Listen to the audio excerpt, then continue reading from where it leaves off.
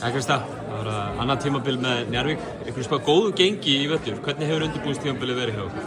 Það hefur bara gengið mjög vel. Við fórum út í æfingarferð til Svíþjóðar, spilum þar á móti alveg Svíameisturum, töpum einum og einu sinni á móti þeim, þannig að þetta hefur bara gengið vel, sko. Ég ætla að spyrja það aftur út í endurinn á síðasta tímabilið. Þetta náttúrulega endar á svona grátlegan hátt, því samt sem áður ég einhvern veginn í frábærri seríu bara fyrir ykkur og fyrir körfubolta í heild einhvern veginn. Já. Hvernig fannst þér liðið vera að melta þetta svona í sumar og inn í þetta tímabil? Bara ágætlega held ég. Náttúrulega vil alltaf gera betur en við gerðum í fyrra, en var náttúrulega mjög sárt, en bara það er fortíðin, skilur, við erum bara einbeita okkur á framtíðinni.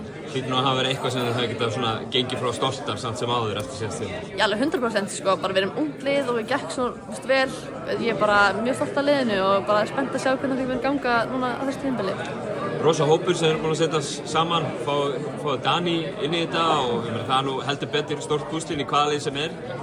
Þetta ekki bara brött fyrir komandi tímabili? Jú, ég er bara mjög spennt, bara Dani og Helena koma báða bara mjög vel inn í liðið, þannig að ég er bara mjög spennt að sjá hvernig það mun ganga. Er mikil pressa sem fylgir því að vera að spá svona eftir sæti, finnst þér? Þetta er nú bara að spá, sko, það byrja allir með 0-0 stig, þannig að við þurfum bara að gera okkar besta og svo bara vonandi rætist skilur, þannig að...